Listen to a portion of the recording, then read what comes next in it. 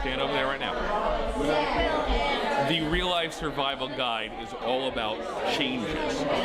And I've learned this in the 3 times that I've been a guest editor on the show. I've seen my life change a number of times, a number of different ways that I did not see coming. So the Real Life Survival Guide has been a great way to adapt, whether you're talking new technology or new lifestyles or new family changes. The Real Life Survival Guide embraces all of that, mixes it all into this blender, puts it on pulsate, and lets it go wild. Well, the Real Life Survival Guide to me is basically the ability and having a whole bunch of really cool people just talking about a subject and maybe giving you a view you didn't think about, and not to mention free food. Got to go with the free food. The Real Life Survival Guide to me is a chance to get together as a community and talk about things that maybe on the surface don't seem all that important, but if you dig beneath that surface, you're going to find that a lot of those issues are affecting a lot of people. And one of the themes that affect my life is that sense of community or shared experience, and I find that through the Real Life Survival Guide. The Real Life Survival Guide is an incredibly noble attempt to address the stresses of modern day living. The Real Life Survival Guide is my me time.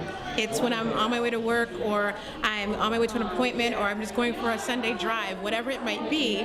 I'm listening to the radio, the windows are rolled up, and it's my me time. It's my time to kind of unwind, think about just silly things that I really want to think about, but I don't have time to think about because my life is so structured and planned, and every minute is literally, okay, work, and then gym, and then this appointment, and that baby shower. It's my me time. It's like kind of therapy on wheels in my car on a Sunday afternoon. The Real Life Survival Guide is paying extraordinary attention to everyday things.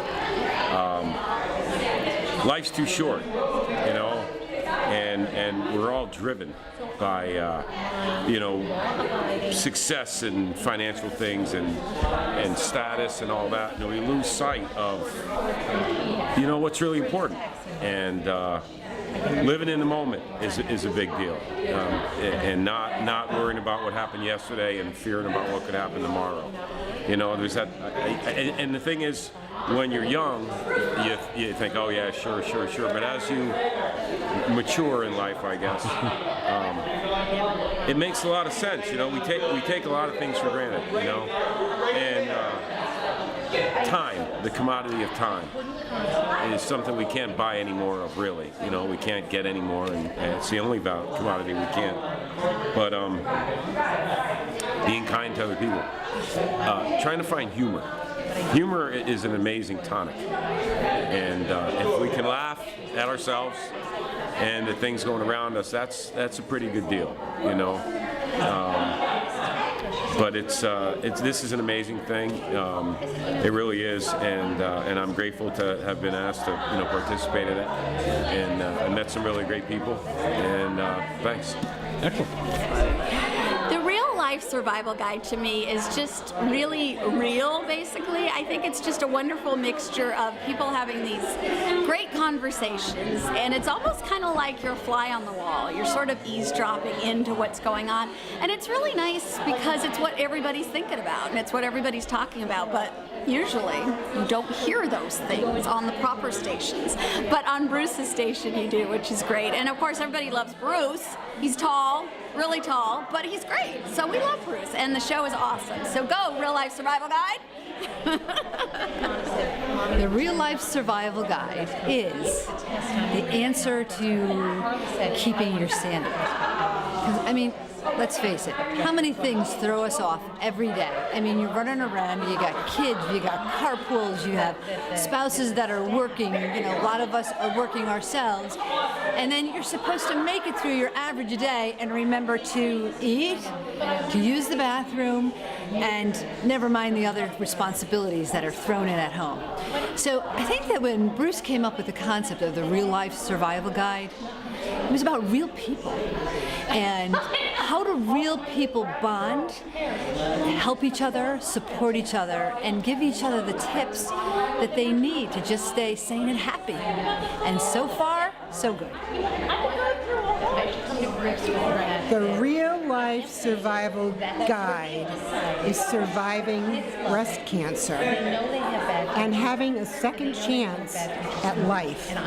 However, the Real Life Survival Guide, the Real Life Survival Guide, is meeting magnificent people from all walks of life, and you're not high or low, in between. There's no financial breakdown. You are a person who has something really interesting to tell. And that's why I just loved being on with Bruce and the gang twice. And I also just loved being on NPR, actually. I was interviewed by Dr. Francine Foss, and that's when I met Bruce, actually, a couple of years ago. And it's just really been just a magnificent experience, and I've just loved it. I'm a very people person, and that's what survival is to me. And if I can save one person's life by reminding them to check their breasts once a month, I've done a job.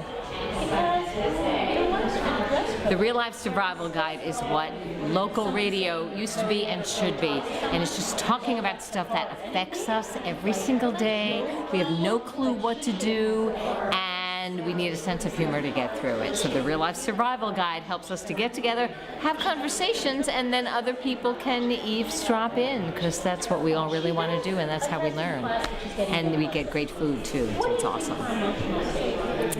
The Real Life Survival Guide to me is a humorous take on what it's like to live in the 21st century, in our time and space, and to give each other support and humor and have a little bit of fun. I probably take the world too seriously most of the time. I live in the world of corporations and law and accounting. And so when I turn on the radio on Sunday afternoons and listen to Bruce and Duo, I know that I'm going to be entertained and I know I'm going to laugh. And so that's what the show has meant to me. But tonight, being part of this 50th episode has been a lot of fun, because I met people I've known before and met new friends, and we all have this shared experience of having done the show. And it makes the show come alive. And I think as a participant, that's what the viewers or the listeners are missing, is they haven't been in the room of all these wonderful restaurants that Bruce has managed to book. So that's been the great part, is doing it in person. And I wish that more listeners would have that opportunity. So it's been a great experience, and here's to 50 more and onward.